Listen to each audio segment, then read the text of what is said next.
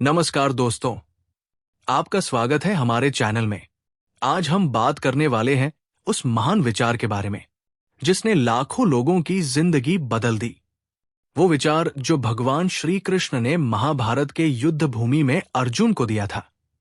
दोस्तों, आज की भागदौड़ भरी जिंदगी में हम सब नतीजों के पीछे भागते हैं। सैलरी मिलेगी या नहीं, प्रमोशन होगा या नहीं, मेरा स्टार्टअप चलेगा या नहीं, लोग मेरे बारे में क्या सोचेंगे, और इसी चिंता में हम अपना वर्तमान खो देते हैं। आज की इस पूरी कहानी और इस जीवन पाठ में मैं आपको समझाऊंगा कि आखिर फल की चिंता छोड़ देने से जिंदगी कैसे आसान, हल्की और खुशहाल हो जाती है। साथ ही हम एक कहानी भी सुनेंगे जो आपको इस गहरे संदेश को दिल से समझा देगी। तो बिना समय गवाए शुरू करते हैं। दोस्तों, कल्पना कीजिए, कुरुक्षेत्र की विशाल भूमि पर धूल उड़ रही है। हजारों रथों की आवाज, योद्धाओं की गर्जना, शंखों की ध्वनि, पूरा वातावरण युद्ध की आहट से थर्रा रहा है। और ठीक इस युद्ध भूमि के बीच अर्जुन का रथ खड़ा है, शांत, स्थिर, लेकिन अर्जुन का मन तूफान से भरा हुआ। अर्जुन, जो महाभारत का सबसे महान योद्धा माना जाता था, जिसने कभी किसी लड़ाई में पीछे हटना नहीं सीखा, वो आज अपने ही रिश्तेदारों को सामने खड़ा देखकर घबरा गया। अर्जुन की आंखें कांप रही थी। उसका धनुष, गांडीव, हाथ से ढीला पड़ने लगा था। उसका पूरा शरीर थरथर कांप रहा था। वो बोला, कृष्ण, मेरे तो हाथ कांप रहे हैं, मेरी बुद्धि भ्रमित हो गई है। मेरे सामने मेरे गुरु हैं, मेरे भाई हैं, मैं इन्हें कैसे मारूं? मैं ये युद्ध नहीं कर सकता। दुनिया का सबसे महान योद्धा अपने जीवन के सबसे बड़े निर्णय पर पहुंचकर टूट चुका था। अब जरा रुकिए और सोचिए, अर्जुन का ये दर्द क्या सिर्फ अर्जुन का था? नहीं, आज हर इंसान अपने जीवन की कुरुक्षेत्र में खड़ा है, और उसके भीतर भी एक अर्जुन है जो बार बार डरता है, हिचकिचाता है, समझ नहीं पाता कि क्या करे। आज का इंसान भी अर्जुन ही है, बस युद्ध बदल गया है। हमारे सामने भी युद्ध है, लेकिन वे तलवार और तीरों के नहीं, बल्कि ये युद्ध है नौकरी पाने का, प्रमोशन का, पढ़ाई के दबाव का, रिश्तों के टूटने का, असफलता का, पैसे की कमी का, समाज के डर का, खुद को साबित करने का। हम भी रोज रोज इन अदृश्य युद्धों में उतरते हैं, और दिल में एक सवाल उठता है, क्या मैं कर पाऊंगा? अगर गलती हो गई तो?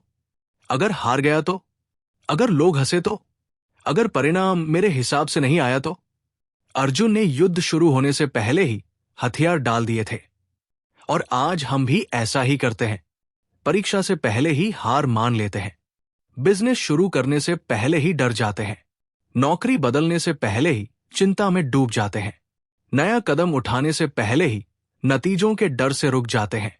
अर्जुन ने कहा था, मैं लड़ने की इच्छा खो चुका हूं। क्या हम भी कई बार यही महसूस नहीं करते? अर्जुन सिर्फ युद्ध नहीं देख रहा था, वो परिणाम देख रहा था। यही हमारी भी समस्या है। हम काम को देखकर नहीं डरते, हम परिणाम को देखकर डरते हैं। छात्र पढ़ाई से नहीं डरता, लेकिन असफलता से डरता है। कोई नया व्यापारी बिजनेस से नहीं डरता, लेकिन नुकसान से डरता है। एक कर्मचारी मेहनत से नहीं डरता, लेकिन प्रमोशन न मिलने की चिंता खाती है। कोई अपनी भावनाएं व्यक्त करने से नहीं डरता, लेकिन जवाब क्या मिलेगा, ये चिंता उसे रोक देती है। हमारा मन भी ठीक उसी अर्जुन की तरह कहता है, मैं कर तो रहा हूं, पर नतीजा क्या होगा? और इसी चिंता में हमारी बुद्धि उलझ जाती है, हमारी ऊर्जा खत्म हो जाती है। जब अर्जुन टूट चुका था, तब एक आवाज आई, एक शांत, स्थिर, दृढ़ आवाज। वो कृष्ण की आवाज थी। कृष्ण ने अर्जुन से कहा, तुम्हारी समस्या युद्ध नहीं है, तुम्हारी समस्या तुम्हारा डर है। तुम्हारा मन परिणाम में उलझ गया है, और इसीलिए तुम्हारी बुद्धि काम नहीं कर रही। कृष्ण की ये बात आज हमारे लिए भी उतनी ही महत्वपूर्ण है। आज इंसान का मन परिणाम में इतना उलझ चुका है कि वो कर्म करने की क्षमता ही खो देता है। चिंता हमारी ऊर्जा खा रही है, डर हमारी सोच को बांध रहा है, तुलना हमें बेचैन करती है, सोशल मीडिया हमें असफल महसूस कराता है। हम रोज अपने भीतर के अर्जुन को कमजोर करते जा रहे हैं। कृष्ण ने अर्जुन को समझाया, पहले मन को शांत करो, फिर कर्म को समझो, और जब कर्म समझ आ जाए तो परिणाम की चिंता अपने आप दूर हो जाएगी। अर्जुन का डर कोई पुरानी कहानी नहीं है, ये हमारे आज के जीवन का सच है। हर व्यक्ति अपने युद्ध में खड़ा है, हर व्यक्ति परिणाम से डरता है, हर व्यक्ति सोचता है कि कहीं मैं हार न जाऊं। पर जैसे अर्जुन को कृष्ण मिले, वैसे हमें भी जीवन में ज्ञान चाहिए। दोस्तों, जब अर्जुन युद्ध भूमि में टूट चुका था, वो खुद को बेबस महसूस कर रहा था, तभी भगवान कृष्ण ने वो श्लोक बोला जिसने सिर्फ अर्जुन ही नहीं बल्कि आने वाली अनगिनत पीढ़ियों का जीवन बदल दिया। कर्मण्येवाधिकारस्ते मां फलेषु कदाचन। अर्थ, तुम्हारा अधिकार सिर्फ कर्म करने में है, परिणाम पर नहीं। ये वाक्य सुनने में जितना सरल लगता है, उसका अर्थ उतना ही गहरा है। कृष्ण ने ये सिर्फ इसलिए नहीं कहा कि अर्जुन युद्ध करो। कृष्ण ने ये इसलिए कहा क्योंकि उन्होंने अर्जुन के मन को समझ लिया था। अर्जुन तीर चलाने से नहीं डर रहा था, वो उस तीर के परिणाम से डर रहा था। और यही वो क्षण था जब कृष्ण ने एक ऐसा सत्य बताया जो पूरे जीवन को मुक्त कर सकता है। परिणाम हमारे बस में नहीं है, लेकिन कर्म हमेशा हमारे बस में है। कृष्ण का संदेश ये नहीं था कि परिणाम महत्वपूर्ण नहीं है, परिणाम तो हर किसी के लिए महत्वपूर्ण है। छात्र चाहता है अच्छे नंबर, कर्मचारी चाहता है प्रमोशन, व्यापारी चाहता है लाभ, कलाकार चाहता है सराहना, खिलाड़ी चाहता है विजय। परंतु कृष्ण का संदेश ये था कि आपका ध्यान परिणाम पर नहीं होना चाहिए, क्योंकि परिणाम उस पर निर्भर नहीं होता जो आप सोचते हैं, बल्कि उस पर निर्भर होता है जो आप करते हैं। यही पूरा जीवन का विज्ञान है। आइए एक कहानी से समझते हैं। एक राजा अपने राज्य में एक विशाल किला बनवा रहा था। उसके नीचे 3 मजदूर काम कर रहे थे। राजा ने पहले मजदूर से पूछा, तुम क्या कर रहे हो? मजदूर ने नाराज होकर कहा, दिखता नहीं, पत्थर तोड़ रहा हूं। बस पेट भरने के लिए करना पड़ रहा है। उसकी आवाज में शिकायत थी। राजा अगले मजदूर के पास गया और पूछा, तुम क्या कर रहे हो? दूसरा मजदूर बोला, मैं ईमानदारी से अपना काम कर रहा हूं, शायद इसी से परिवार चलेगा। उसकी आवाज में थकान थी। राजा तीसरे मजदूर के पास गया, और तुम क्या कर रहे हो? तीसरा मजदूर मुस्कुराया और बोला, मैं एक महान किला बना रहा हूं, जहां हमारे राजा बैठकर न्याय करेंगे, जहां इतिहास लिखा जाएगा।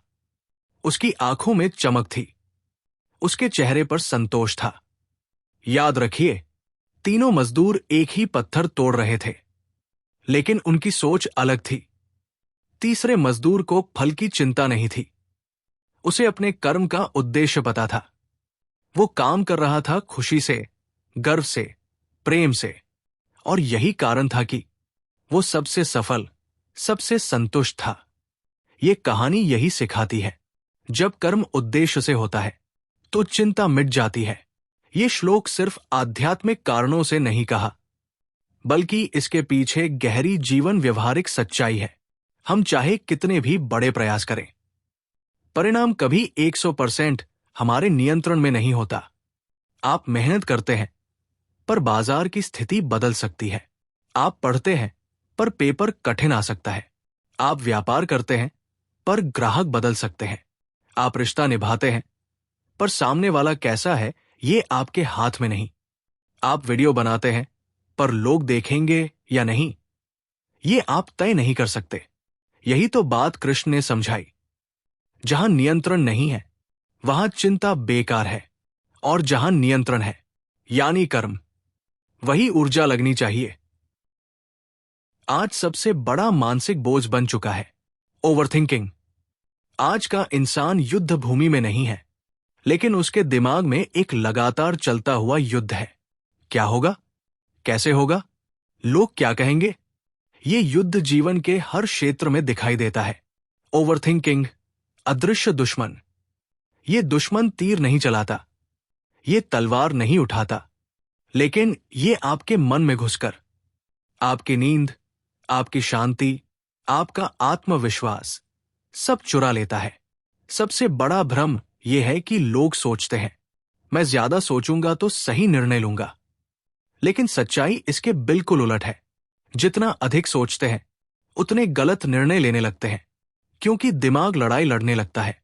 एक विचार दूसरे विचार से टकराता है, तीसरा विचार दोनों का विरोध करता है, और चौथा कहता है छोड़ो, मत करो।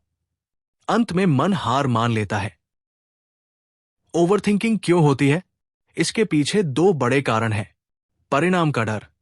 लोग सोचते हैं, परिणाम गलत हुआ तो मेरी दुनिया खत्म हो जाएगी। हालांकि वास्तविकता यह है, 99% परिणाम उतने डरावने नहीं होते जितना दिमाग सोचता है। खुद पर कम विश्वास, दूसरों की तुलना में खुद को कमजोर समझने की आदत ओवरथिंकिंग को जन्म देती है। इसीलिए कृष्ण ने कहा, कर्म करो, परिणाम की चिंता मत करो, क्योंकि यही ओवरथिंकिंग को मारने की सबसे बड़ी दवा है। मनोविज्ञान कहता है, जब हम परिणाम के बारे में ज्यादा सोचते हैं तो मस्तिष्क कॉर्टिसोल नाम का तनाव हार्मोन बनाता है। ये हार्मोन दिमाग की क्लैरिटी कम करता है, निर्णय लेने की क्षमता घटाता है, नींद खराब करता है, गुस्सा बढ़ाता है, शरीर थका देता है। यानी जितना अधिक सोचोगे, दिमाग उतना ही कमजोर होता जाएगा। कृष्ण ने इसलिए कहा, परिणाम छोड़ दो, कर्म पर ध्यान दो, तुम्हारा दिमाग खुद शांत हो जाएगा। ओवरथिंकिंग हमें वही रोक देती है जहां से जीवन आगे बढ़ना शुरू होता है। ये मन का जाल है, और कृष्ण का संदेश हमें इस जाल से मुक्त करता है। कर्म कर, फल की चिंता छोड़, तब मन शांत होगा, जीवन स्पष्ट होगा, और रास्ता आसान हो जाएगा। आइए एक और कहानी से समझते हैं। एक छोटा सा गांव था। गांव के किनारे एक साधारण सी मिट्टी की कोठरी में एक कुम्हार रहता था। नाम था माधव। उसके पास न बड़ी दुकान थी, न कोई मशीन, न कोई बड़ी टीम। वो अकेला था, और उसकी दुनिया उसकी मिट्टी थी। हर सुबह वो नदी किनारे जाता, गीली मिट्टी इकट्ठी करता, उसे अपने घर लाता और उसे घंटों गूंथता। आप उस मिट्टी को देखते तो वो सिर्फ मिट्टी लगती, लेकिन उसके लिए वही मिट्टी उसका जीवन, उसका कर्म, उसका संसार थी। पर एक चीज उसे हमेशा परेशान करती थी। हर दिन जब वो घड़े बनाता तो उसका मन बेचैन रहता। वो सोचता, आज कितने घड़े बिकेंगे? अगर कम बिके तो क्या होगा? कहीं बारिश आ गई तो घड़े खराब हो जाएंगे। दूसरा कुम्हार मुझसे ज्यादा बेच ले गया तो? अगर अगले महीने शादी का सीजन नहीं आया तो? उसका मन डर से भरा हुआ था। वो काम करता था, लेकिन काम में उसका मन नहीं लगता था। उसका शरीर मिट्टी गूंथ रहा था, लेकिन उसका दिमाग भविष्य की चिंता में उलझा हुआ था। धीरे धीरे उसका ये डर उसके हाथों की कला को खराब करने लगा। घड़े टेढ़े बनने लगे, चाक पर संतुलन बिगड़ने लगा, मिट्टी फिसलने लगी। काम करते हुए उसकी सांसें तेज हो जाती, रात में उसे नींद नहीं आती। गांव वाले भी कहने लगे, पहले घड़े कितने सधे हुए बनाते थे, अब क्या हो गया? माधव शर्मिंदा हो जाता। वो और भी चिंता में डूब जाता। उसे लगता, मैं मेहनत भी कर रहा हूं, फिर भी सब गलत क्यों हो रहा है? ये वही सवाल है जो हम सब अपने जीवन में रोज पूछते हैं। एक दिन गांव में एक संत आए। एक शाम माधव अपने घर के बाहर बैठा, सिर पकड़े रो रहा था। उसी समय एक संत उधर से गुजरे। उन्होंने पूछा, क्या हुआ पुत्र, क्यों इतना दुखी हो? माधव फूट फूट कर रो पड़ा। उसने कहा, महाराज, मैं काम करता हूं, बहुत मेहनत करता हूं, लेकिन बेचैन रहता हूं। हर दिन डर लगता है कि घड़े बिकेंगे या नहीं, लोग खरीदेंगे या नहीं, और अब तो मेरे हाथों की कला भी बिगड़ने लगी है। संत ने हल्की मुस्कान के साथ पूछा, क्या तू काम करता है या काम की चिंता करता है? माधव चुप हो गया। उसे समझ ही नहीं आया कि इसका क्या उत्तर दे। संत का अनोखा समाधान। संत बोले, कल सुबह जब तू चाक पर मिट्टी चढ़ाए तो एक काम करना, चाक को ऐसे घुमा जैसे वो तेरी सांसों का संगीत हो। मिट्टी को ऐसे गूंथ जैसे तू एक बच्चे का सिर सहला रहा हो। घड़े को ऐसे बनाना जैसे तू उसे पैदा कर रहा है।